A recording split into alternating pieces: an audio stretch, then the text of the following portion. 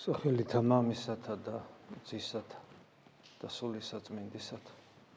ჩვენ ადამიანები რაც მეტ გამოცდილებას ვიძენთ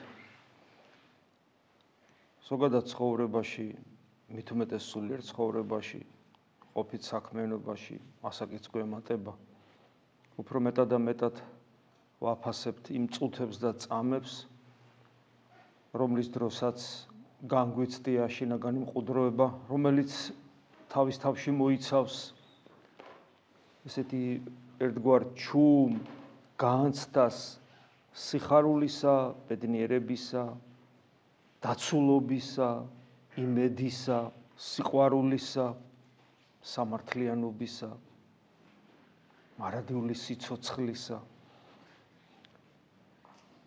აი როცა ჩვენ გვესმის ეს სიტყვა, ისი-ხია, ისი-ხაზმი, მყუდროება შინაგანი, მემყუდროება შიგნით საკუთარ თავში, ღმერთთან განმარტოება. ეს ყველაფერი ალბათ თითოეულ ადამიანს, ქრისტიანს განუცდია გარკვეულწილად. ეს განცდა და ეს გამოცდილება, ქრისტიანის საკუთრება აუცილებლად უნდა იყოს. მის გარეშე უბრალოდ ქრისტიანობა არ არსებობს. მეორე მხრივ, ვიცით, რომ ეს როგორი დეფიციტია და როგორი პრობლემის წინაშე დგებით, როცა ეს გვაკლია. რა თქმა უნდა, ამ ყველაფრის გააზრება კიდევ ერთხელ გვაიძულებს, რომ გავიაზროთ ჩვენი სარწმუნოება რა გვწამს, როგორ გვწამს, როგორი ხარისხის არის ჩვენი სარწმუნოება, რა მდგომარეობაში ვიმყოფებით. საერთოდ უნდა ვიცოდეთ, რომ ჩვენი რწმენა, ქრისტიანული რწმენა გვასწავლის იმას, რომ ღმერთთან კავშირი გქონდეს, ღმერთთან კომუნიკაცია გქონდეს, ღმერთთან ურთიერთობა გქონდეს და ჩვენ არ უნდა გამოვიგონოთ ღმერთი, ჩვენ ღვთისხატი და მსგავსი არსება ვართ. ეს ნიშნავს იმას, რომ ჩვენში არის მოთხოვნილება ღმერთთან ერთობისა, ჩვენში არის მოთხოვნილება მარადიული სიცოცხლისა, თავისუფლების და ასე შემდეგ. ღმერთი ჩვენი მოთხოვნილებაა, შეიძლება ასე ითქვას. მაგრამ ადამიანი როგორც მოაზროვნე არსება და შემოქმედი, ის ხშირად რწმენის სისუსტიდან გამომდინარე, რწმენა შემეცნებითი უნარია, როგორც პავლე მოციქული ხაზგასმით გვასწავლის სხვათა შორის ამას, მაგრამ რწმენის სისუსტიდან გამომდინარე და ჩვენში უფრო მეტად ჭარბობს რა შემეცნების სხვა უნარები, მათ შორის ინტელექტუალური. ჩვენ ვიწყებთ ღმერთის ძიებას და ეს სწორია, მაგრამ რწმენას უსწრებს ლოგიკური აზროვნება თუნდაც. ჩვენი შეგრძნებები, მათ შორის ფსიქოსომატური შეგრძნებები. და ჩვენ ვარდებით სასტურის წინაშე, რომ ჩვენ ღმერთს მივანიჭოთ ის თვისებები, რომელიც შეიძლება მას საერთოდაც არ აქვს. ქრისტესთან ურთიერთობაში, როგორც წესი, ორი პრობლემა არსებობს. ერთ შემთხვევაში, როდესაც ჩვენში დომინანტია ქრისტე როგორც ადამიანი და მეორე შემთხვევაში ქრისტე როგორც ღმერთი. და ორივე შემთხვევაში ჩვენ შესთხოვმას უშვებთ, რომ მას როგორც ღმერთსაც რაღაც ჩვენეულ თვისებებს ვანიჭებთ და როგორც ადამიანსაც ჩვენეულ თვისებებს ვანიჭებთ და ამით ფაქტობრივად ქმნით კერპს. და როგორც კი ჩვენი რელიგიური ცხოვრება წარმოადგენს უკვე ძიებას იმ კერპისას, რომელსაც ჩვენ ვქმნით ჩვენ ცნობიერებაში, რა თქმა უნდა, ამას უკვე მოსდევს ხიბლი და შედეგად ვიღებთ იმას, რომ გვაქვს არა მყუდროება, ანუ ღვთისნების მყუდრო ნავსაყუდელში მყოფობა, რასაც ქვია, არამედ სწორედ ის, რაზეც ჩვენ წეღან საუბრობდით, დეფიციტი ხდება და ჩვენში უფრო მეტად არის შფოთი, უიმედობა, პატარა განსასწრებლებში სასოწარკვეთილება, ურთიერთობებში გაღიზიანება, უსიყვარულობა და ასე შემდეგ. ანუ სულიერი ცხოვრების პრაქტიკაში ღმერთის ვერ შეგრძნება, ვერ განცდა და შესაბამისად ღებულობთ იმას, რასაც ღებულობთ, რომელიც ჩვენ ასევე ჩვენი გამოცდილებით ვიცით. ვიცით ჩვენი გამოცდილებით რა მდგომარეობაში ვიმყოფებით მრავალი წელი და მრავალი ათეული წელი ზოგ შემთხვევაში ეკლესიაში ვართ, მაგრამ ჩვენ ობიექტურად თუ უყურებთ საკუთარ თავს, არ მოგწონს საკუთარი თავი, როგორც ქრისტიანებს. და გვაქვს ის თვისებები, რომელიც არაბუნებრივია ქრისტიანისათვის, მაგრამ ბუნებრივია ჩვენთვის. აი მაგალითად სახარებაში დღეს ასაც ვკითხულობთ, ეს მათეს სახარება იყო, იცით თქვენ, ეს ცნობილი მე-5, მე-6, მე-7 თავიდან ამონარიდებია. უფალი ისეთ რამეს გვეუბნება, რომ ეკძალენით თქვენი საქმესა თქვენსა, რათა ანუ ფრთხილად იყავითო თქვენი კეთილი საქმეები, თქვენი საქმე. არა ხყოთ წინაშე კაცთა სახილულად მათთა. არადა ჩვენ ხო ვიცით, რომ ეს არის ჩვენი ნორმა. ჩვენ რაღაც სიკეთეს ვაკეთებთ, გვინდა რომ ყველამ გაიგოს ეს და ყველამ იცოდეს და მე პატივი მოგვაკონ. სახარებაშიც არის გახსოვთ, როცა ძმები ეუნებიან უფალს, რომ წადიო და შენი თავი გამოუცხადეო ხალხსო, იმიტომ რომ შენ რასაც აკეთებო, ასეთ რამეს ფარულად არავინ არ აკეთებსო. და ეს არის ადამიანის დაცემული ბუნებისათვის ნორმა, იმიტომ რომ ადამიანი ესწრაფის პატივმოყვარეობას გახსოვთ ხო ერთ-ერთი ნებარითაც შეპყრობილ აღმოჩნდა ადამი და ევა 64 ეს იყო პატივმოყვარეობა შეჭამე და ღმერთები იქნებით და ეს ღმერთობა ჩვენ გვესმის მხოლოდ ასე პატივს მოგვაგებენ პატივს რომ მოგვაგებდნენ ეს არის ჩვენთვის ღმერთობის ერთ-ერთი გამოვლენა მარტო ეს არა მაგრამ ერთ-ერთი ეს არის ამის მოთხოვნილება ადამიანს მუდმივად აქვს სიკეთეს ვაკეთებ და როგორ შეიძლება ეს ფარული იყოს მაგრამ აი უფალი ნახეთ როგორ ცდილობს ჩვენი ცნობიერების შეცვლას თუ არ იქნება ესეთი უკეთო არა სასყიდელი არა გაქონდენ მამისა თქვენისაგან ზეცათას ამიტომ ჩვენ შეიძლება თქვათ აი თქვათ რაღაც წარმოსახვით რომელიღაცა X ადამიანი რომელიც სულ ქველმოქმედებს სულ სიკეთეს აკეთებს მაგრამ სულ პრობლემები აქვს და სულ შფოთი აქვს და მის შიგნით არ გამოისახა იესო ქრისტე ხო აი ესია და ქრისტიანს არ გავს ის ურთიერთობებში ადამიანთან ურთიერთობებში ამდენ სიკეთეს აკეთებს. ადამიანი შეიძლება უამრავ სიკეთეს აკეთებდეს, მაგრამ ურთიერთობებში იყოს აუტანელი, ოჯახის წევრებისადმი განსაკუთრებულად. და მე აგზელებს, ხოლო შენ ყოფთე ქველის საქმესა, ესეთი სახეობრივად წარმოაჩენს, რამდენად არ უნდა დავკავდეთ ჩვენი კეთილი საქმეების ხსოვნით და გაცნობიერებით და ანალიზით. სახეობრივად ნუსცნობ მარცხენა შენი, რასა იქ მოდის მარჯვენა შენი. ბუნებრივია, რომ ქრისტიანი არ შეიძლება რომ სიკეთეს არ აკეთებდეს, სიკეთეს არ იქმოდეს. ნუ წარმოუდგენელი, აი პავლე მოციქული ამაზე ხაზგასმით ამბობს ხოლმე. თორსები ტიტეს მიმართ ეპისტოლეში რამდენიმე მუხლი აქვს პირდაპირ ხაზგასმული, რომ თუ ადამიანი ქრისტიანი ეს აუცილებლად და ეს ეუბნება ტიტეს, რომ ვასწავლოთო ჩვენს ქრისტიანებსო, ჩვენს სულიერ შვილებს, რომ სიკეთე უნდა აკეთონ, ქველი საქმე უნდა აკეთონ, ამის გარეშე ქრისტიანობა არაფრით არ შეიძლება. იგულისხმება ადამიანს რომ სიკეთეს უკეთებ. მაგრამ იმდენად უნდა ვივიწყებდეთ მე იმ წამსვე ამას. იმიტომ რომ ეს ჩვენი დამსახურება არც არის გახსოვთ უფალი როგორ ამბობს, როცა ქველის საქმეს ჩადიხარ, როცა სიკეთეს აკეთებ. ჩემგან მადლობაც კი არ გეკუთვნის, იმიტომ რომ ეს შენი მოვალეობაა უბრალოდ. და იმას იმ წამსვე უნდა ივიწყებდე. არაფერს არ ნიშნავს ეს. ასევე ხაზგასმულია ხო წმინდა წერილში, მათ შორის იგივე პავლე მოციქულთანაც. რომ ადამიანი სიკეთის კეთებით არ ცხონდება. ნახეთ რა უცნაურია, ნახეთ ესეც ხო უცნაურია. თან აუცილებელია რომ აკეთო. თან აუცილებელია. თან ეგრევე უნდა დაივიწყო, იმიტომ რომ არაფერს ნიშნავს. და თან რო აკეთებ, აუცილებელი ხო არის, მაგრამ მაგით ვერ ცხონდები. ეხლა ხო ეს ადვილი გასაგები ლოგიკურად არ არის. ადამიანი ამას შინაგანად სწორი სარწმუნოებრივი ინტუიციით თუ გაიგებს და სულიერი ცხოვრების გამოცდილებით თორე. ადამიანს ლოგიკურად ვერაფრით ვერ გააგებინებ. როგორ ესე თუ აუცილებელია მაცხოვნებელის ყოფილა და თუ მაცხოვნებელი არ არის, აუცილებელი რატომ არის? აუცილებელი და არ არის მაცხოვნებელი. აი ეს არის სიკეთე. გესმით, რასაც ჩვენ ვაკეთებ, რასაც ჩვენ ჩავდივართ. და ეს ეხება არა მარტო ხორციელ სიკეთეს, რომელსაც ვაკეთებთ, არამედ მისტიკური მხარე ჩვენი სულიერი ცხოვრებისა.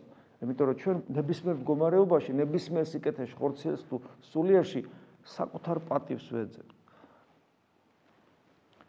რაჟამს ილოცვიდე, არა იყო ეგრე ვითარცა იგი ორგულნი, რამე თუ უყვართ შესაკრებელთა შორის და უბანთაზე და დგომა და ლოცვა. ჩვენ ახლა ეს სიტყვები ზუსტად არ გვესმის, რას ნიშნავს შესაკრებელთა შორის გასაგებია და უბან ეს ანუ სალოცავი ადგილი სინაგოგასაც კი უბანთაზე და დგომა. რას ნიშნავს ეს? იმიტომ რომ ჩვენ ახლა ერთად ლოცულობთ ყველანი და ყველამ ვიცით რომ ერთმანეთს უყურებთ და ლოცულობთ ახლა, ხო? ესე არ ვდგავართ. გასაგებია რომ ლოცვისათვის ვიკრიბებით.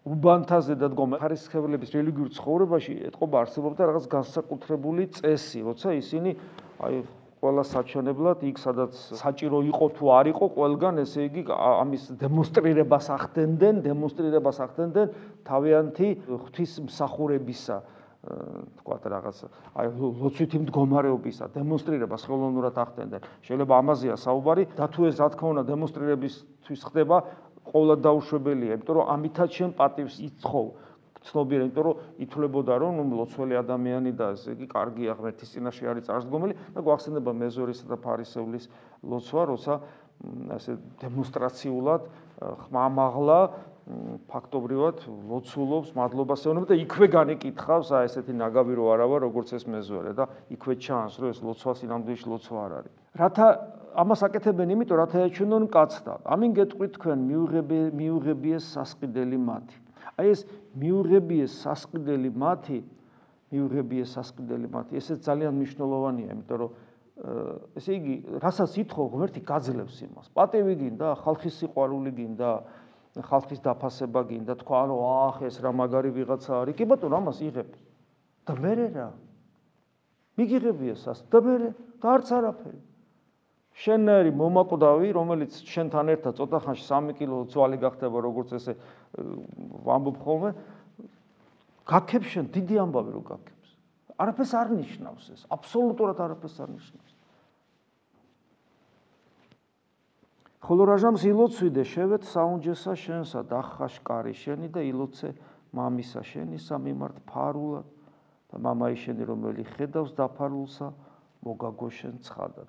აი აქ ისიქაზმის ერთ-ერთი საფუძველი, მრავალი საფუძვლებია წმინდა წერილში ისიქაზმისა, ანუ შინაგანი მემკვიდრეობითი ლოცვისა, ერთ-ერთი ეს არის, რომ შენ საუნჯეში შეხვიდე, ამაში რა თქმა უნდა არ იგულისხმება უბრალოდ ოთახი, სადაც ადამიანი განმარტოვდება, თუმცა ოთახით შეიძლება იგულისხმო, იმიტომ რომ გარეგანი ფაქტორი ჩვენზე მოქმედებს, ჩვენ გვინდა ფიზიკური სიმკვიდროვე, ჩვენ სინათლეს კი ხელს გვიშლის, სივრცის აღქმა და განცდა და რაც მეტად მყუდროთ ვიქნები და სიბნელეში ადამიანი უფრო ახერხებს გულში კონცენტრირებას, მაგრამ ეს გარეგანი ტექნიკური მხარეა. თავარი აქ რა თქმა უნდა არის ის შინაგანი სამყარო, გული, რომელშიც ადამიანი გონების კონცენტრაციით იმყოფება. გონების კონცენტრაციით. და ეს მდგომარეობა ფარულად, მამის წინაშე ფარულად ლოცვითი მდგომარეობა ადამიანს უნდა გქონდეს სულ ეს მოუკლებელი ლოცვითი მდგომარეობა. მაგრამ იმისათვის, რომ მოუკლებელი ლოცვითი მდგომარეობა გქონდეს, რომელიც გარედან არ გეტყობა. ის შეგეტყობა მაშინ, როდესაც შენ გაქვს ადამიანთან კომუნიკაცია და ამ კომუნიკაციაში შენ თავს ყოველთვის ავლენ ქრისტეს თვისებების მქონე ადამიანად. ანუ რაღაცა გითხრა უთხარი, რაღაცა ესე იგი შემოქმედა შეხედე, რაღაცა მის ქმედებებზე რეაქცია გაქვს. თუ შენში ეს მოუკლებელი ლოცვითი მდგომარეობა არსებობს, როგორც წესი, შენ ადამიანის ქმედებებზე გაქვს რეაქციები, რომელიც ქრისტესდარი რეაქციებია და არავითარ შემთხვევაში დაცემული ადამიანური ბუნების. ეს ძალიან მნიშვნელოვანია. და თორე ადამიანს ეს შიგნით ხდება და ადამიანში ეს მოუკლებელი ლოცვითი მდგომარეობა აღმოცენდეს, თავიდან ის ადამიანს არ აქვს. ის როგორც ადამიანმა არის ის საუბარი თავიდან, არის ის კითხვა სწავლობს, საუბარს მეტყოლებას სწავლობს, სიარულს სწავლობს, ხო? აი ესევე სწავლობს ადამიანი ღმერთთან საუბარს და მასთან მოუკლებელ წარსდგომას, მოუკლებელ ლოცვას. მაგრამ ეს რო რეალიზდეს, ამისათვის ადამიანმა უნდა ასკეტური ცხოვრებით იცხოვროს, რაც გულისხმობს პერიოდულ, ყოველდღიურ, უпростоრედ, სისტემატიურ, ყოველდღიურ განმარტოვებას და ლოცვის სწავლას. თქვათ ადამიანი წარსდგება ღვთის წინაშე, შეიძლება იცით, რომ ყველაზე იდეალური ამისათვის ღამე არის წამოდგომა. თუ ღამე ვერ ახერხებს ძილის წინ, თუ ძილის წინ გამთენიისას მაინც, თუ გამთენიისას ვერა ძილის წინ მაინც რაღაცას გამოყოფს დროს თავისთვის, თავის პრივატულ დროს, როცა ის არავის არ ჭირდება, არავინ არ დაუძახებს. ანუ პრივატული დრო არის ერთადერთი შრომელი ადამიანისათვის ერთადერთი პრივატული დრო არსებობს. ეს არის დასვენების და ძილის დრო. შრომელ ადამიანს, ხო, რომელიც უსაქმური არ არის, როგორც წესი, სხვა დრო არ გააჩნია. არანაირი დრო ადამიანს არ აქვს. ადამიანი ყოველთვის მსახურებაშია. ან პროფესიულ მსახურებაშია, ან მოყვასის ოჯახის მსახურებაშია და ასე შემდეგ. ერთადერთი დასვენების, რაც გადაღლილია და დასვენებაში გულისხმობ არა გართობას, არამედ დაიღალა და ისვენებს ან დაიღალა და ძინავს. ეგ არის პრივატული დრო. ესეთი როგორც წესი ნორმალურ ადამიანს, ნორმალურს, რომელიც ჭიანჭველასავით ფუსფუსებს ყოველ დღე, ხო? ესეთ ადამიანს ესეთი დრო, პრივატული დრო, ისედაც ცოტა აქვს. აი როგორც მონასტერში. პრივატული დრო არის კელიაში რომ შედიან და ჩაიკეტებიან. დანარჩენი ის ეკუთვნის მონასტერს. როგორც წესი ადამიანს ესეთი დრო აქვს ძალიან ცოტა და იმ ცოტა დროიდან რაღაცა ნაწილს იღებ, როგორც გითხარით შუაში, თავში, ბოლოში, გამოყოფ იმისათვის რომ ღმერთთან კომუნიკაცია ისწავლო, ამას სწავლება ჭირდება, სწავლებას მოძღვარი ჭირდება რა თქმა უნდა და ასე შემდეგ. თუ ადამიანი ამას არ აკეთებს, მაშინ ის ვერასოდეს ვერ შეძლებს იყოს მოუკლებელად მლოცველი. იმიტომ რომ ღმერთი რომ დაინახავს, რომ შენ ყოველთვის შენ დასვენების და დაძინების დროს იღებ და წირავ ღმერთს და წვალობ რომ ღმერთთან კომუნიკაცია ისწავლო, ამას სწავლება ჭირდება და არასოდეს არ ჩააგდებ ამას, არასოდეს არ გააცდენ ამას. ერთადერთი შემთხვევა, როცა შეიძლება გაცდეს, ეს არის ობიექტურად არსებული მოცემულობა, როდესაც შენ არ აქვს არანაირი შესაძლებლობა, შენთვის პრივატული დრო არ არსებობს. აი, რაღაც ისეთი რამდენიმე დღე შეიქმნა ისეთი ერთი დღე, სადაც ეგეთი დრო შენ არ აქვს. ეგ სხვა შემთხვევაა. და როცა გააქვს შენ ამას და აკეთებ, მაშინ ღმერთი ხედავს რა შენ ამ განწყობას, შენ რო ქონოდა 24 საათიანი პრივატული დრო, რაც არ არსებობს. 24-ვე საათს ღვთისძიებას რომ დაუთმობდი, აი ეს განწყობა რომ გაქვს, რაც გაქვს იმას აკეთებ. რისი რესურსის გაქვს, ფსიქოსომატური და სოციალური დროის თვალსაზრისით, რაც გაქვს იმას აკეთებ. იმას ღმერთს უძღვდი, როცა ღმერთი ამას ხედავს და ხედავს რომ იმის გარდა, იმ პატარა დროის გარდა შენ ობიექტურად არანაირი დრო აღარა გაქვს. ხდება მერე საოცრება, იმ პატარა დროს განავრცობს ღმერთი თავის ძალმოსილებით. და შენ 24 საათის განმავლობაში მოუკლებელად ღმერთთან ყოფობის განცდა გეუქლება და აი ეს პავლე მოციქულის ეს სიტყვები მოუკლებელი ლოცვიდე შენში რეალისტები. რა საქმესაც არ უნდა აკეთებდე პარალელურად. გესმით? აი ეს არის ძალიან მნიშვნელოვანი.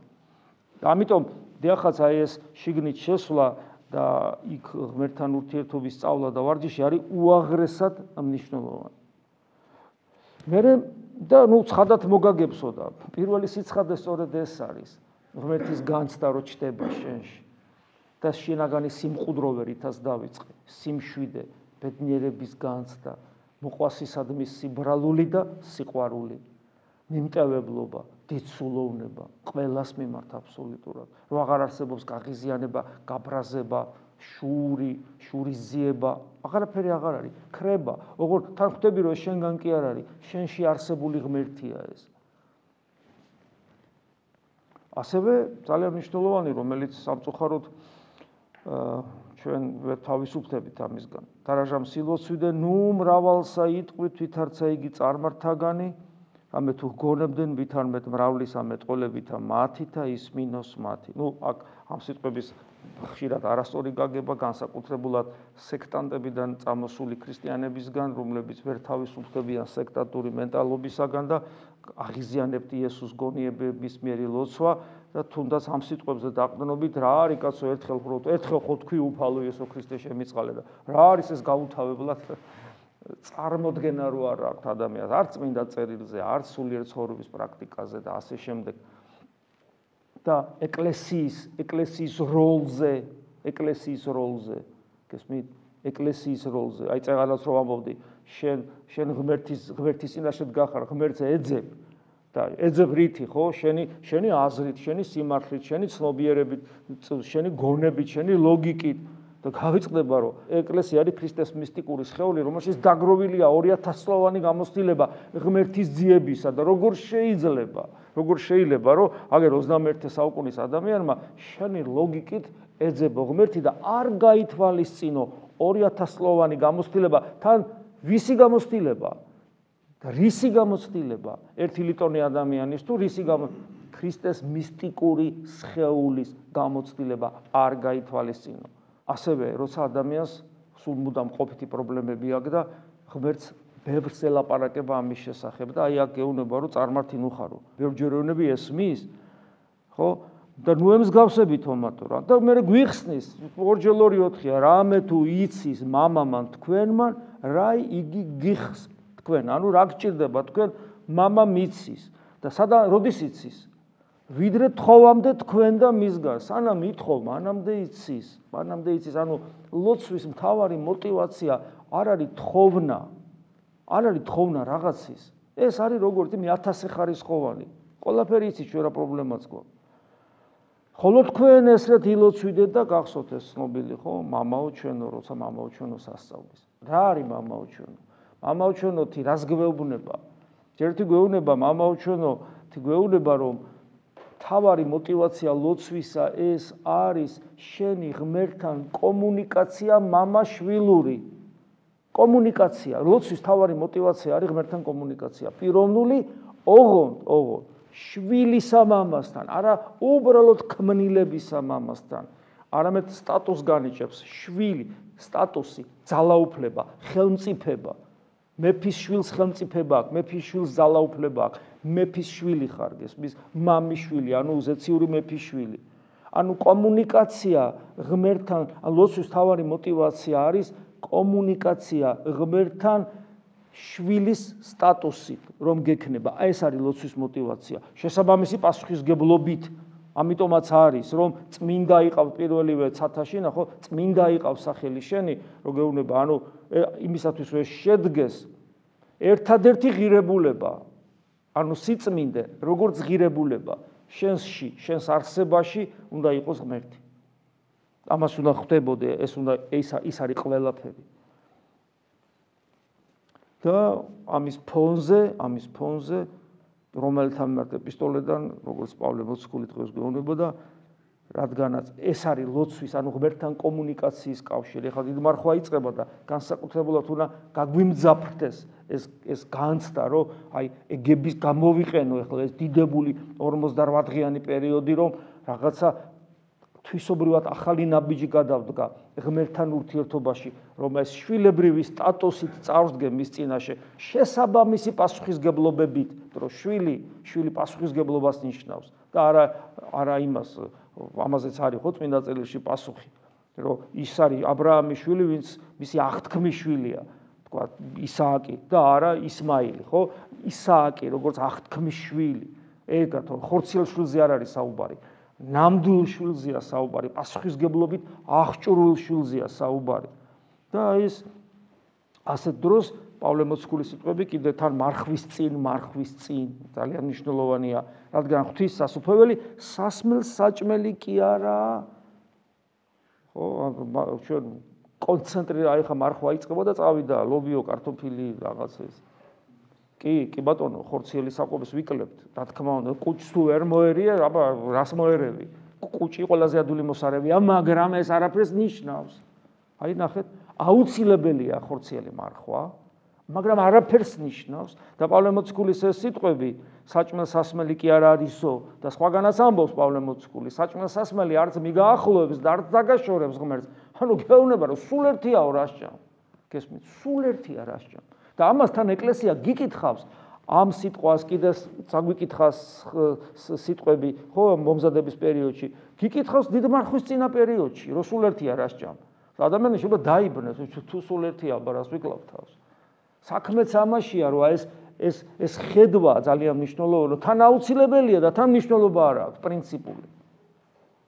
მას გარკვეული საფეხურებია ასკეზის მნიშვნელობა ვარჯიშია კიდევ ვიმეორებ კუჭს თუ ვერ მოერევი რისი მომრევი ხარ შენს ამბიციებს შენ შურს ეკოიზმს შენს გაბნეულ გონებას შენს რას მოერევი საერთოდ ენას მოერევი შენ და განკითხვას და რას თუ კუჭი ყველაზე ადვილი მოსარევია და ამიტომაც ხაზგასმით ამბობს სასუფეველი სასმელ საჭმელი არა მაგრამ ეს უნდა განავრცოთ კიდე და ამაში გულისხმობა რა არის ზოგიერთ რელიგიაში როა 60-ის ეს 60-ის განმარტება რომ 60 არის მიწიერი სიამოვნებების მთელი სისავსე მარადისობაში გადატანილი და ქრისტიანობა გეუბნება რომ ეგრე არ არის გონება მიუწვდომელი სიხარული და ბედნიერება ელოდება ადამიანს სასუფეველში რომელიც თავად ღმერთია მაგრამ იმისათვის რომ ეს ადამიანმა მიიღოს ადამიანმა გაიზარდოს აქამდე გაიზარდოს უნდა ადამიანი აქ. ადამიანი რომელიც მთელი ცხოვრება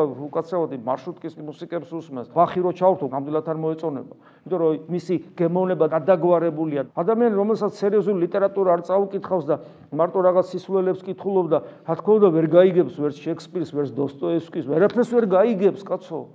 გესმის, ადამიანი უნდა განვითარდეს ეს ინტელექტუალურად, გემოვნების თვალსაზრისით. ღვთისშვილი რო გახდე, არ უნდა განვითარდე? როგორ ფიქრობ? ხო, მთელი შენი ცხოვრება რომ მიწაში იყურები და მხოლოდ გასართობს ეძებ და სიამოვნებას, ღმერთის შვილობას როგორ შეძლებ და ვერ შეძლებ? და ამით იწყება ჯოჯოხეთი ზუსტად. და ამიტომ ეს სასმელ-საჭმელი ამას ნიშნავს, რომ სასუფეველი არ არის მიწიერი ცხოვრება და მიწიერი სიამოვნებები და გართობები. არამედ რა არის? და აგრძელებს არამედ სიმართლე, მშვიდობა და სიხარული და რო არ გეგონოს რომ ეს შენი სიმართლეა და ეს შენი მშვიდობაა და ეს შენი სიხარულია ადამიანური განმარტავს სიმართლე, მშვიდობა და სიხარული სული წმინდაში, ანუ ღმერთს ღვთაებრივ თვისებებს ჩამოგითვლიო პავლე მოციქული გეუბნება და არა იმ სიმართლეს, მშვიდობას და სიხარულს, რომ მიწიერად რაღაც შეიძლება მეორე ხარისხოვან და სისულელეების გამო გქონდეს, არამედ ღმერთს რაც თვისებები აქვს სული წმინდაში, ანუ შენში რომ ღმერთია და ღმერთის მიერ რო გაქვს ეს თვისებები. მას ვესწრაფოთ იმას, რაც მშვიდობას და ურთიერთის ახშენებას ემსახურება და ეს ყველაფერი, რაზეც აქამდე ვისაუბრეთ, იმ კონტექსტში, რომ ჩვენ ერთმანეთს ვაძლიერებთ აი ამ ღვთაებრივი სიმართლით, ღვთაებრივი მშვიდობით და ღვთაებრივი სიხარულით, ერთმანეთს ვაძლიერებთ და აღვაშენებთ ერთმანეთს როგორც ეკლესიას. რამე თუ ეკლესიაში მყოფობის შემთხვევაში ჩვენ შორის არის ღმერთი. არს და იყოს. ამინ. მადლი უფლისა ჩვენისა იესო ქრისტეს და სიყვარული ღვთისა და მამისა და ზიარება სულისა წმინდისა იყოს თქვენ ყოველთა თანა. ამინ.